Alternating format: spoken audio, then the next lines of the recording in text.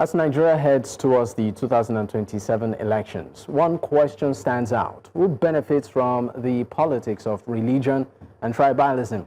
For decades, these divides have shaped campaigns and voting, yet the results for citizens remain troubling. Weak governance, economic decline, and insecurity. Now, rather than strengthen democracy, identity-based politics has fueled chaos, displacement, and mistrust. Nigeria's diversity should be a source of strength, not division. The challenge now is clear. Can we move beyond tribal or religious fault lines to demand competence and integrity from our leaders? And ultimately, what do Nigerians gain or lose when politics is driven by identity instead of accountability? Take a listen to Nasir El-Rufai in a recent conversation. Nigeria does not have a permanent ruling party, and that is an achievement compared to countries like Uganda, Tanzania, Rwanda, and even our neighbor, Benin and Togo. The PDP governed for 16 years. The APC will not govern forever. It is likely that in 2027, the APC will be gone. Power, therefore, remains contestable. This distinguishes Nigeria from dominant party systems elsewhere on the continent, some of the countries that I have mentioned. However, and this is critical, competition has not yet matured into accountability and good governance. Elite circulation has outpaced institutional consolidation. Parties remain weak, personality-driven, and transactional. We have governance without accountability. Nigeria has built the forms of accountability faster than in the substance. We conduct elections, create agencies, announce asset recoveries, but accountability by those governing remains selective and episodic. Corruption has become dangerous for some that are in opposition, negotiable for others that are sitting on the fence and want to move to the APC, and invisible for those aligned with power. APC members are never accused of corruption. This cost is not abstract. It appears in unpaid salaries, abandoned projects, decaying infrastructure, and widespread cynicism. When laws are enforced unevenly, deterrence collapses. And when deterrence collapses, trust evaporates. And this is what is happening in Nigeria today. The second thing that is not working is what I call centralization without capacity. Nigeria operates one of the most centralized fiscal systems among federations, yet expects states and local governments to deliver most frontline and critical services like primary education and healthcare. Authority, responsibility, and funding are badly misaligned. This is not an accident. It is a design flaw, one that contradicts the 1954 federal consensus for a loose federation with strong regions and a limited center that our founding fathers agreed in the UK. Since 1966, successive governments, military and civilian, have entrenched this unitary federalism. The result is predictable. Everyone looks up to Abuja for money, looks downwards for excuses, and sideways for scapegoats to blame. Well, joining me to discuss this is Jide Johnson. He's a public affairs analyst, and he joins from Lagos, is with me live in the studio. It's great to have you, Jide Johnson. Thank you for your time. That was a pleasure to be with you. Thank you for having me. All right, and let me also say Happy New Year. Same to you, Dako. We also, of course, will be joined at some point by Delly Ajufo. He's a member of the Obidient Elders Council, Delta State. Okay, I understand we already have him. And he's also a member of the Global Igbo Leaders. He joins virtually from Lagos. Thank you, Delly Ajufo. All right. While, of course, we're still trying to establish connection with him, let me start with you, Jide Johnson. Religion, tribalism, and the Nigerian politics. Well, you would agree that to a very large extent, they seem to be pretty much interwoven. There is the concept of, will I call it rotation, for instance, that they say, okay, for now, there's a certain leadership at the federal level goes to a certain region. and then it moves after a certain amount of years, maybe 4 or 8 years, it moves again to another region. And then looking at 2023 general elections, we saw tribalism play a pivotal role. And then on the aspect of religion, they talk about peering. Oh, Muslim tickets, Christian, Muslim, and all of that. Looking at all of this with Nigeria itself, the makeup of Nigeria, number one, why is this? And can we do without it? Well, you know, there is no difference between the political parties. They are all the same. They don't have any ideology. And the parties are not run on ideology. They are not run on any manifesto. With respect, if I ask you what was the manifesto of the parties that contested for 2023 presidential election, but many of them will tell you that they have it on paper. The ideology? They just come under the umbrella of we are progressive, we are this, we are that. So there's no commonplace ideology. And so you see the parties are made up of people of strange bedfellows. As a result of that, what will you use to drive your campaign? What will you use to drive your campaign? You use religion, you use tribalism, and that's why, for example, the dominant theme of the APC presidential primaries, and eventually the winner of that election is that it's my turn, it's the turn of my tribe, it's the turn. If it's the turn of my tribe, it's not even the turn of my tribe, it's my turn, because our political parties are driven by personalities and they are not driven by policies. Whose fault? Well, it's as a result of where we found ourselves. For example, you know, the transition to this present Fourth Republic was done. The death of Abacha and the subsequent succession of Abacha by Abdul Salam and the transition that was done within less than 18 months created a vacuum. In actual sense, you recall, some people said that the first 11 did not participate. That is actually the second 11 that participated in the process. You can't compare the ideology that drove the First Republic politics, that drove the Second Republic politics, with what is driving this present politics. You could see that every one of them is crisscrossing. What they are interested is in winning the election. What guarantees me winning the election? And now, so if you're a party, we look at which section of the state, which tribe of the state has the particular, which tribe of the state can guarantee us winning the election. For example, there are 4 major tribes in Benue State. For example, you have the TV, you have the Idoma, you have the Igede, I can't recall the third, 2 major and 2 other minor. Now, in Benue State, it has always been a TV person that has been the governor of Benue State. You go to Kogi State or you come to Nigeria, the divide between the southwest and power has shifted between the southwest and the northwest. The southwest has presently the southwest. President has come from the southwest twice. Right. President has come from the northwest twice in this present dispensation. So if you look at it, you know that which region can we bank our votes, and that will guarantee who will pick. It's not driven by any ideology, like I said. It's not driven by any programs. It's not driven by any policy. It is win the election at all costs. That's why you see governors are decamping to parties which they feel that it is easier for them to win their re-election.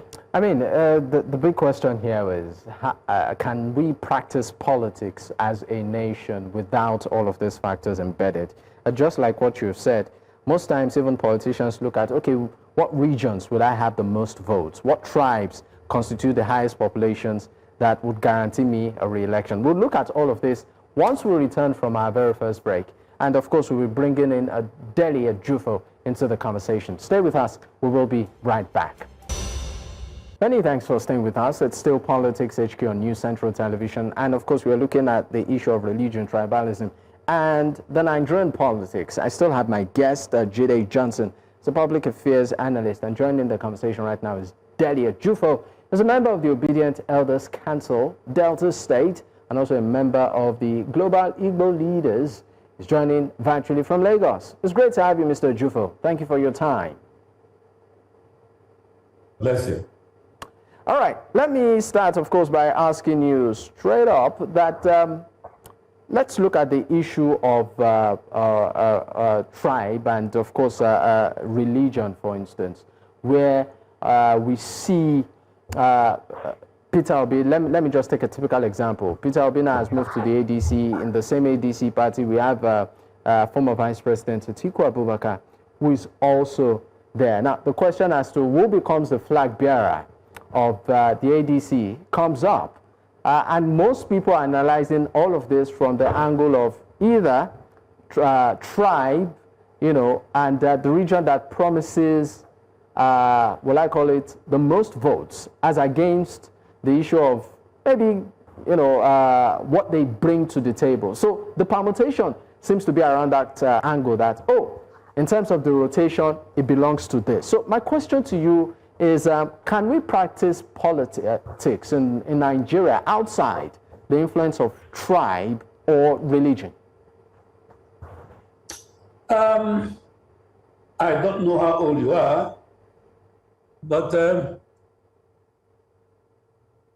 I don't know how old you are, but I can tell you a history of politics in Nigeria dating back to 1959, if you like. And it has progressively become worse because some people have decided that if you do not belong to a particular tribe, you may not be allowed to vote where they are. And this is not democracy. I do believe that in 1959, there was an election that actually was the best in the country because Awolowo, the leader of Action Group, had some votes from the core states, Cross River, and Ogoja and Rivers, and also from Middle Belt, particularly in Benue State. And Zik, of blessed memory, had monumental success in Lagos, as well as Kano, when he formed an alliance with Malam Aminu Kano. It was politics of ideology and of people who had unquestionable desire to make this country better. But I noticed that after the advent of the coup and the return to this current democracy, it has become worse because a particular family believe, I'm not going to call it tribe, a family, believe that if you don't vote for them, you will not walk the streets of the Southwest in particular.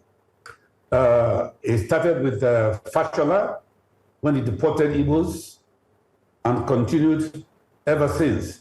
And the Igbos, I'm concerned about my tribe, the Igbos. We have a right to live in this country, just like you, the Yoruba man, have a right to live anywhere in this country. If I am denied the existence in a particular part of this country, I don't see why one country, it is not right. Having said that, we have the issue of warnings from people who are supposed to be Democrats that if we vote for a particular tribe or a party, it will be okay. But if we don't, we'll end up in the lagoon. We also had an issue where the wife of the president, on a video that has gone viral, alluded to the fact that they will inherit the assets of Ndibo in Lagos. It is frightening, a very inciting statement. I'm a Jogun and Igbo. I'm an 80-year-old man. I've been in Lagos for 65 years. No, 68 years actually. I was born in the north. And I find it objectionable that people in this modern day, when the world has become a global village, can ascribe tribe to governance. I'm very bitter because what we're experiencing now is not what our founding fathers alluded to when they created this country. Let me tell you a story. Okay. I don't know if you have read the history of the First Republic. Zik and Awo were serious enemies during the, not fighting, but they had disagreed tremendously, ideologically. And after Awo was jailed by Showe Mimo and sent to Gashua, it was an Igbo president that said, no, you may not send that man to Gashua. Send him to Calabar. And upon sending Awo to Calabar, Opara made sure that Mrs. Didiolu Awolowo was given an assignment as a minister without portfolio in the eastern region with a Mercedes-Benz that no other person rode then. And the food that Chief Awolowo ate was being cooked in the home of Ellen Ubioha. We were friends. We were one. Political differences does not matter. It should not be enmity.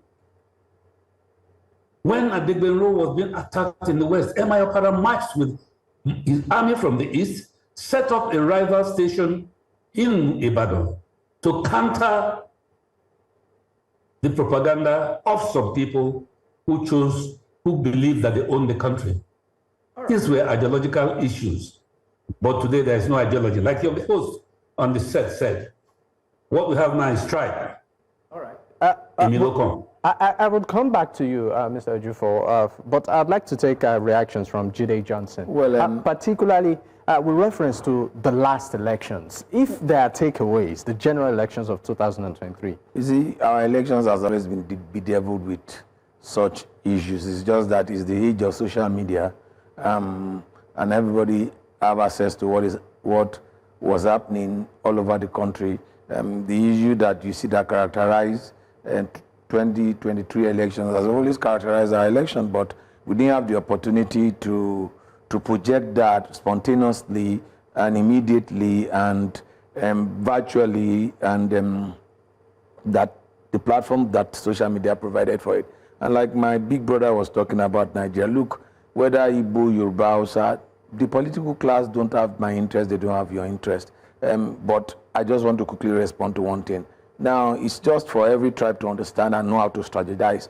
For example, the First Republic was a coalition between the North and the East, while the Southwest was in the opposition. Nnamdi Azikiwe was the Governor General, and later he became the non-executive president. Fast forward to 1979, the Civil War. Fast forward to 1979. 9 years after the Civil War, an Igbo man was the vice president.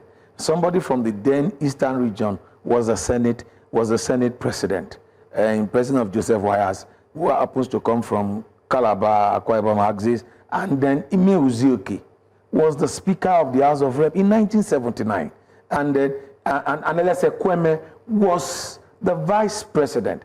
That's 9 years, and so when the Igbos speak about marginalization when it comes to Nigerian project, I think what they need to do is for them to sit down and strategize and stop playing the victim card in Nigerian politics. So are you saying that over time they lack strategy? Because if you do the analysis critically under Jonathan administration, the Southwest was shut out.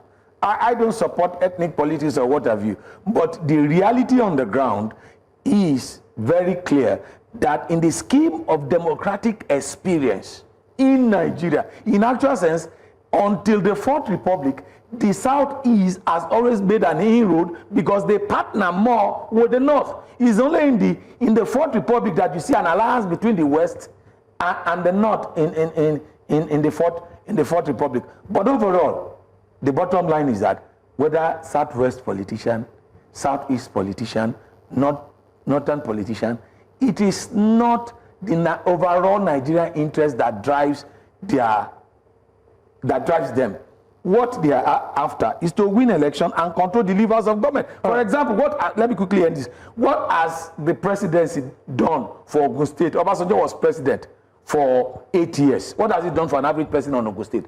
Jonathan was president for 5 years. What has he done for somebody from Bayelsa? Take a trip to Bayelsa. In Katsina State, there are some local government in Katsina that are controlled by bandits today. 2 presidents have come from Katsina. Yaadua, what has he done? Now Tinubu is from Lagos. Of what benefit has he been to an average Yoruba man? Or of what benefit has he been to an average Lagos? I'm a Lagosian. So when people talk about this ethnic tribalism and whatever, until our politics is driven by ideology, until it is driven by policies and programs, you just bring people in, people out, they will serve their interests, and they will use identity to win the election, and all of us will become non-entity. All right. Before we go on our break, I'd like to bring you back, Mr. Ajufo. Maybe you'd like to react to some of the things that Ms. Jide Johnson has said. But particularly, I would also like you to speak on will I call it, our election or voting formula. They will tell you that, look, to be able to win elections, say at the presidential level, you need to canvass majority support from certain regions or certain tribes, so to speak. If you don't get that much votes from that region, then you've lost the election. Do you think this should be retooled? Mr. Ajufo, my question is to you. Yes, I will answer that question, but first let me react to what Jide said. I'm glad Jide is a Lagosian, and he must know the dictum in Lagos, the Kugbole, Ubole, you know, and what he's talking about, the Igbo man is not suffering from any victim mentality. What we are saying is that we do not want to be distracted from our objective and goal of achieving a height God has created for us. When he said that Jonathan was president and Zeke was, nobody destroyed any Yoruba man's property anywhere in the country. Today, there is economic genocide against Igbo properties in Lagos. I say it unapologetically, unequivocally. It is a targeted attempt to destroy the economy of Ndi Igbo. It is documented. There have been meetings. Unfortunately, we have terrible politicians in Igbo land. I'm from Delta State. I'm an Igbo man from Delta State. If we had serious politicians in Igbo land, they would checkmate this nonsense, like Sam Mbakwe of blessed memory did. I'm not begging for opportunity. I demand it. I am not appealing to be loved. The Igbo man cannot be diminished for Tinubu and his gang to rise. I'm not saying it with tongue and with fear of favor.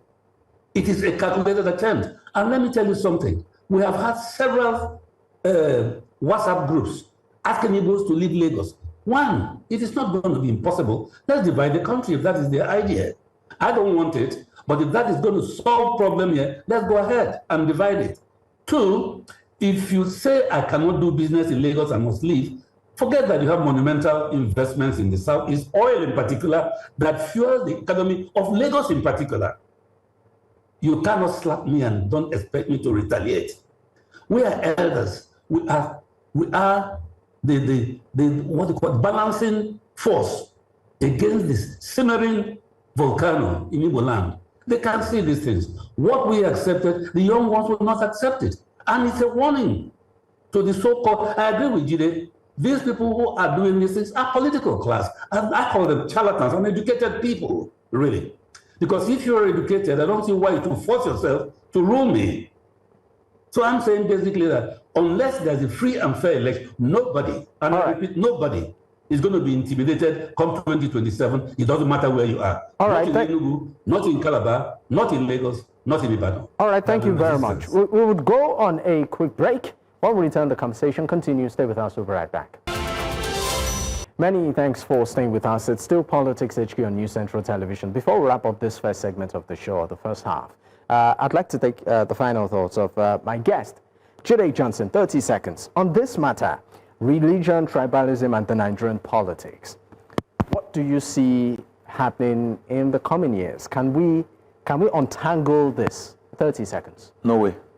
It's what is going to drive 2027 election. There's no way we can. In the near term, I don't see. For example, you see that APC at national level will try to maintain a balance between the north, between the Christian Muslim ticket. There will be a balance. Definitely, my own thinking, the vice president will not likely be picked. Might likely be either presently the APC national chairman or presently the minister of defense, who happens to come from Kaduna State. So let's wait and see. All right, Mr. Ajufo, 30 seconds, your final remarks.